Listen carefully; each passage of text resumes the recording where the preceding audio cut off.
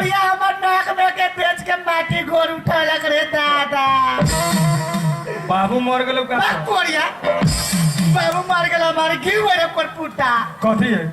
मौका तो कथी है के चाट के देखा था। हम कहते हैं तोरा बाबू के बिहार मर जब मर गेल।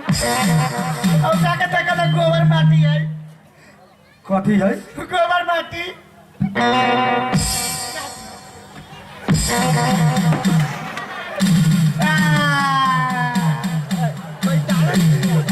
मौगी के तू कह रहा था? तू कह रहा था? हम सोना ऐसा मेहरारू को रोआ दिल गुआर। हम नाक में के खोज के लेके अब तोरे तो छठियार पूछ दे माजू। मेहरारू हाँ हम कहली है कि 5 किलो घी मेहरारू हमर खुश हो जाए। ये घी है के ये वो कहलक ह इतना टोटवा न करब तो घी गोबर माटी हो जाए। केना सुला बड़ा था घी के टोटना माटी करल। ये माटिया देला कोरिया गोवारू। आ तू गोवारीन के साउथीन का ऊपर लगा दे वहां। सुन लो हम जने करी की गोवार हमरे ठग दे। हां ये हमरा में जाए 5 किलो में 3 किलो गोबरे माटी रलक। पूरा खराब हो गेल ये। बंदूक लिया। काहेला? बंदूक लिया। एह बेरे को गुवार मार ले हमरा। हां साफ है। हां मेहरारू हां तू एगो उठाओ। हां हम कल उठाइए ना चल जाओ रे। हम चौरे कथी करे थे? मेहरारू कथी करे? हां हम तोरे हिम्मत पर हम लौट जाएंगे। अकेले ना फड़िए। अकेले तो पिटाइए जाओ।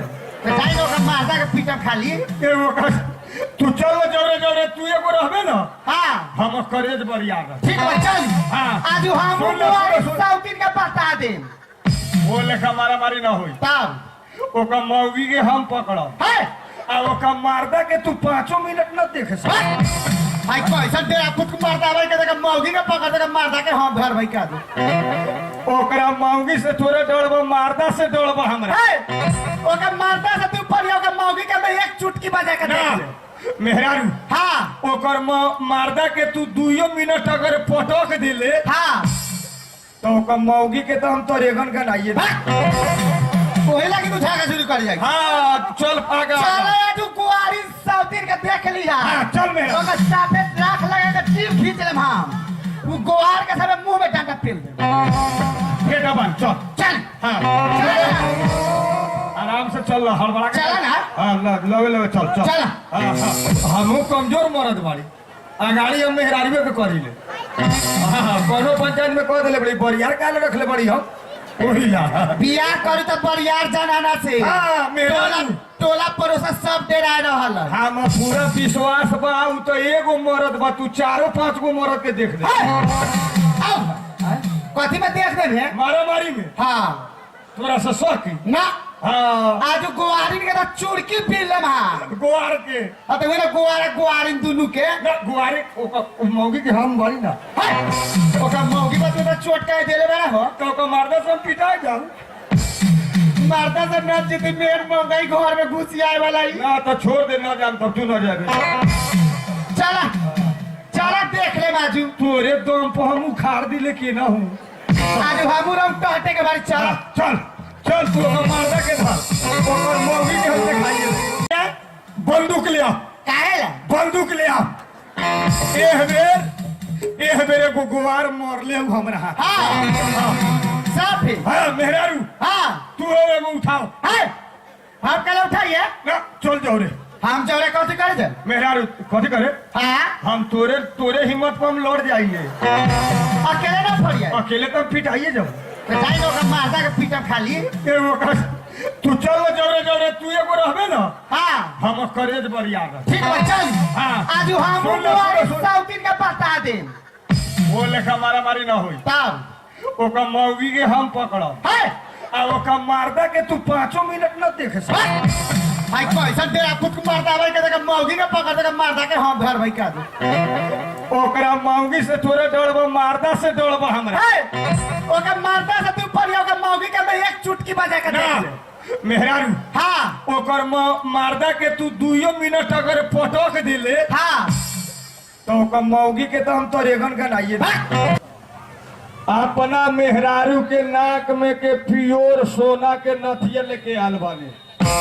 जौना भाई की अगर जरूरी बा तो 5,000 रुपया दाम बा, आके ले जाई भाई चल के बाद। ई अपना बकेल भैंसी के घी बा भाई, ई घी खैब तो जिंदगी भर ओठ चटते रह जाएब। भाई केहू नथिया ली हो, भाई केहू घिउली हो, भाई केहू नथिया ली हो, भाई केहू घिउली हो, भाई केहू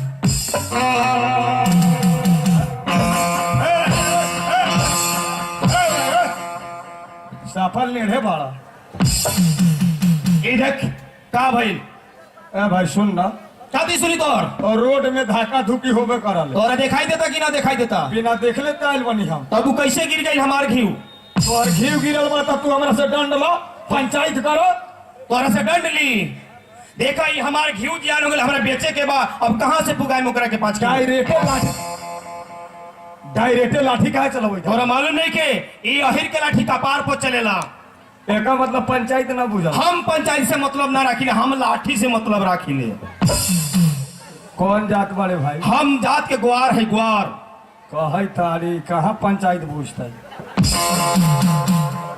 दो लोग के बैठेबे ना करते। हमारा पंचायत से मतलब ना रहेला। तो हर सामान जियान भेल बा, पंच बैठावत, 2 आदमी बैठो, ओकर घाटा जितना बा उ हमरा से लो। हम तो से पहले कह दे कि हमरा पंचायती के जरूरी ना पड़ला, हम जहां भी जाए तहां ही लाठी से फरियाइले, 4 डंडा मारे हमर इंसाफ मिल जाई। कानो ना बुझल, एको गुना पुलिस प्रशासन वो सबसे मतलब हमरा ना रहेला भाई। गांव में से बाहर जाबे के थाना पुलिस की कौन जरूरी बा हमरा? समझ गेली तू नदी में भैंसी चराए वाला यादव छ। हाँ सब यादव में झारखंड यादव छ तू। तेरे भी बोलते रह गइला। कितना घी गिरल बा? तोरा नहीं खेते तभी आधा किलो घी मिल गया। तो हम उठा के दे, जल्दी उठा के रखा हम। ना उठाएम तो ताही लाठी लौकता। सुना भाई उठा नहीं खाली बड़े हुर मुठा गुआर पकड़ा के जल्दी उठा के रखो।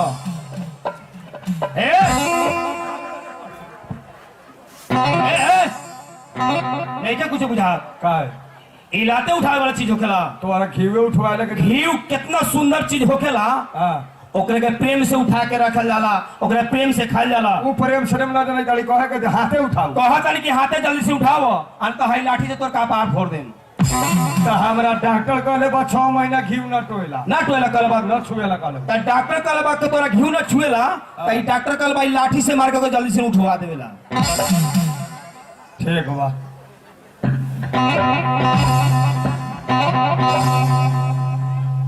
ला भाई सही में गुआरे बड़ा तू, एकदम प्योर। हम जात के सोनार बाड़ी। तो जात के सोनार हुआ। हाँ त जानला कि जात के सोनार कितना कमजोर होखल है। कमजोर ना, लेकिन हम सोनार बाड़ी या पचपौनिया बाड़ी, हम गुआर बिलार से ना लागिले। निमर बात कह दी। तू अपन बेचा आ हमर बेचे। तोरा मालूम है कि नेपाल के तराई में आ बिहार के इंडिया में हो गेल तो लाठिए देख के हम बुझ गए। चलो जल्दी स्कूल में न गेल। हेर स्कूल के नाम लेता रहा। अब्बा स्कूल से नफरत। अरे बाप रे भाई, का मतलब स्कूल से मतलब है ना बा? स्कूल से मेरा मतलब ना रहला। पहले भैंसी के चराएम और दूध गारेम और ओकरा के डेयरी में बेच देनी, समझ लो। आ 100 किलो दूध होखेला, समझ लो। आ में 1 किलो कम हो जाला, ओ दिन भाई हम खाना ना खाइले। ठीक ए भाई केहू नथिया ली हो, भाई केहू घी ली हो। ये घेउआ बेचही वाला बुझाई था भाई, अगर नथियो बुझे तो बेचही वाला। अच्छा यही गोवार के पश्चिम भरे घुमाए हो। अंदाज लगा था कि ये सोनार भाई मुला भाई सुनवा ना। अच्छा तू ये बताओ, घी रखल हाला वही बेर से करे चला बोलो। ये घी कहला बेचे आयल बड़ा भाई तोरा मालूम नहीं के हमार मेहरारू आज 2 महीने से परेशान कर लेबा कि हमरा के नथिया किंदी नाक में के नथिया। हाँ तो का गोड़ में के नथिया होखेला। मां तो मेहरारू हैरान कर लेबा, एकदम परेशान करके छोड़ देले बा हमार मेहरारू। तो है घी बेचला से नथिया किना जाई? काहे न किनाई? कई किलो घी बा? भाई 5 किलो घी हो। तोरा नहीं के कुछ बुझा।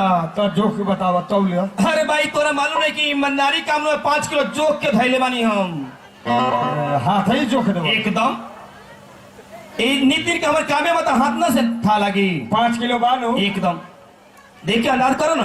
हाँ देखें ना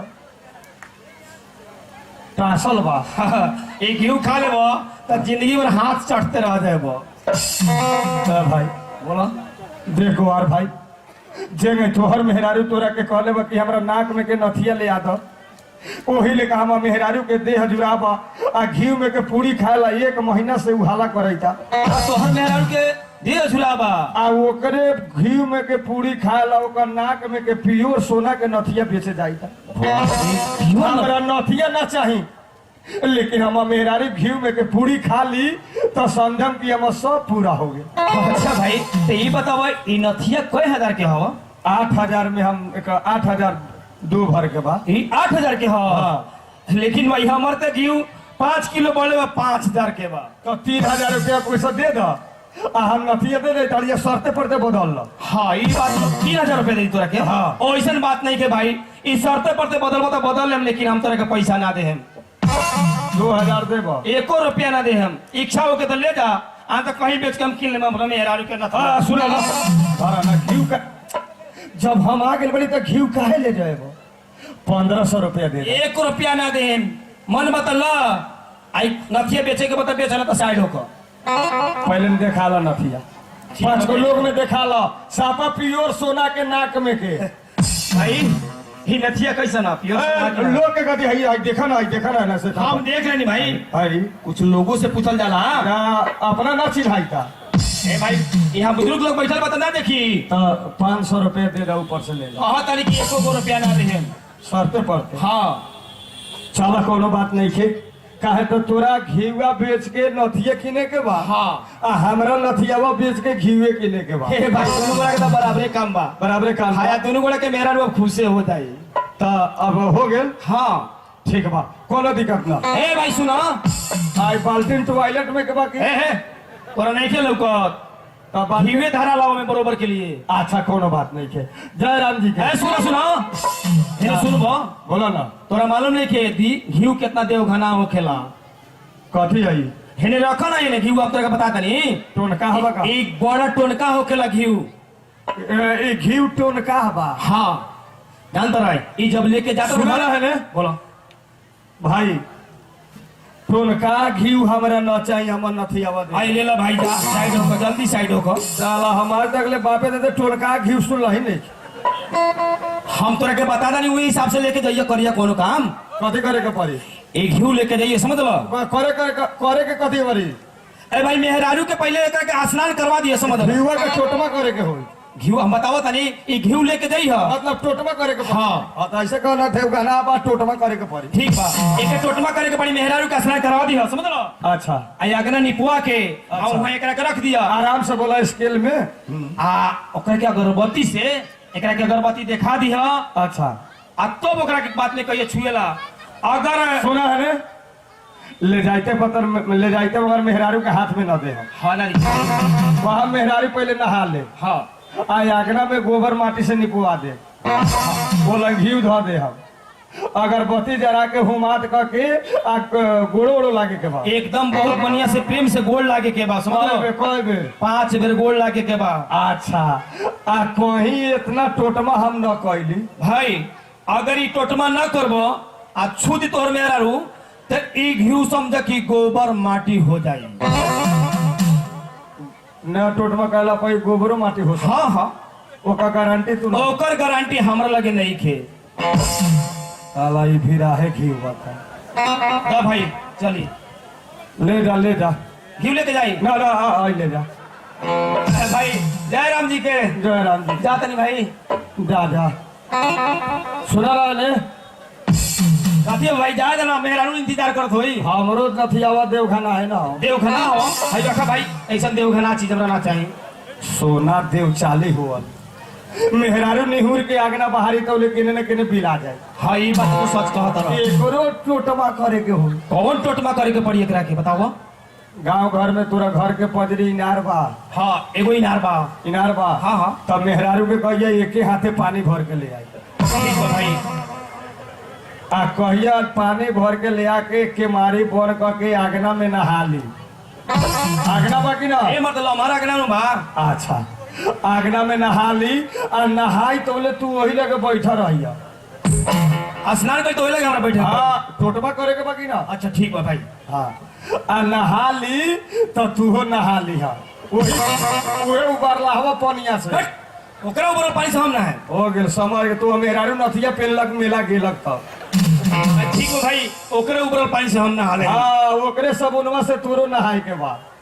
ए भाई तू बड़ा गलत बात बताओ तू। कह जाई टोटवा करब। ठीक बा भाई टोटवा तो करे। सुनो ना आ तब ओरियानी निपवा दी है। अच्छा आगना में ना ओरियानी दुआरी पर। ठीक बा बोलो ना। आ वो लग अगरबत्ती धके जरा के वो लगे हुमाद करके नथिया धके आ तोनियो दोनों व्यक्ति अलगे एक हाथ अलगे अलगे बैठ के पसंद से एक बेर गोड़ लागली है। ठीक बा भाई। हाँ आ इतना टोटमा न कहला। अच्छा तो इहो सोना से पीतर हो जातो तो हम गारंटी न है भाई ई पीतर हो जाई तो कोनो गारंटी ना नहीं। ना टोटमा में गड़बड़ लगा तो काम खत्म। चल ठीक बा भाई हम चलता नहीं घरे अपना मेहरारू के काम स्नान करला। हाँ हाँ जा जा। ठीक बा भाई जय राम जी के भाई। यार आदमी के फेर गेलम। जा तब कहले गुआर बम पिलाट जात होबे कर। 25 रुपया के पीतर के नथिया लेके चल गए। आ उतना टोटवा करी ना कि एको गो गड़बड़ाए चाहे न करो करो उ पीतर तो हईले कहवा पंचायत करी जहाँ करम हम। लेकिन मेहरारू हमारा आटा सान के तैयार हुई 5 किलो ओरिजिनल घी हुआ। अलगे से सुगंध मरई तरे बाप। हाँ पुरान घी हुआ तो टहटियाल नया बात देखा शायद ही करबे करी। अच्छा चला ताली मेहरारू हम इंतजार करत हुई कि हमार राजा जी अभी घी लेके ना आए। ए लक्ष्मीपुर वाली अब क्या मालूम नाक में के तो पीतर के कह के ले गेला अभी तक ना आयल बा। मेले में दारू पी के सूत रहल कि भागले पैसो लेके आवे दया तू वो नाठी धइले छी हम। ए लक्ष्मीपुर वाली क्या गली घी अब बाप रे बाप अलगे रहो देखा कहे तारी अलगे रहेला देवा कि ना देवा घीवा गड़बड़ातई क्यों करवाते कहता ना साहिब कहले हम जनी के जात बड़ी छुदरी होल। बस देखू समझो अलगे रहलो काहे ले ए घीवा ते कहते घना ना क्यों कहते हो खाना होखेला कहे तारी टोटवा करे के पड़ी। देखा दूते का खाए के मन हो कि ना तो खाए के मारबा ना तो अलगे रह। अलग काहे पहला ये तू न धर ना धर ना नहाले बड़े कि ना नहा ले रे भाई कहिया अभी नहाइली कहाँ देख लियो। हाँ भाग तेरा नथिया से देखो घर में तू तोरा हम 50 पर न कहले बड़ू नहाए के मेरी दिखा दी। है आओ ना लाज ना लागे था अब नीमन मेहरारू हुए बोले नहाए के मेरी ऊपरो छापरो मरद के दिखा दे बोले। जाके जल्दी अगरबत्ती जरा के हुमाद लेके आओ। ठीक बा आगना केने बस सुध आगना है नीप देता नहीं रुक जाई। हाँ हाँ निप लिप ना तो बेसी लेट ना करना था गड़बड़ाए वाला हूँ। चला डोले बैठो लो से हो गए तोने के अपने पाक जाई दूध को पूरी मिली। अब बुढ़वा सके पाइप वाला फ्रूटी दांत इनार लगा बोमिया लगा हेलो। हाँ बूढ़ बुढ़िया के दांत ना ओकरा एखन को पाइप वाला फ्रूटी हमरा ओर से फ्री बाजू निप दले। हाँ 5 बेर निप 5 बेर ठीक है ठीक है ताली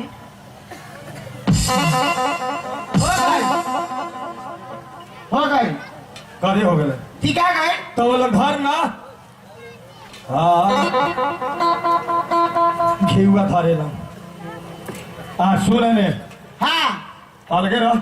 अलग में 5 बेर गोड़ लागे के बाद हाँ हाँ ठीक बा एने ओने मन ना भटके क्या बारे? देखिए पहले हमरा में न सट काहे अरे ई गड़बड़ाई घीवा आ 5 बेर गोड़ लाग हाँ आ इन्हें उन्हें मन न भटकाइए। ठीक बा। हाँ चल बैठ।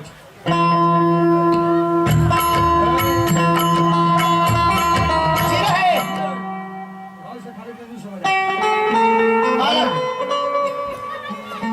एक हाथ अलगे रहना, बैठल बड़ी पूजा पर मन बा भूजा पर। ठीक बा लागी। ए वैसे रात भर कौन धंधा हो? ठीक बा।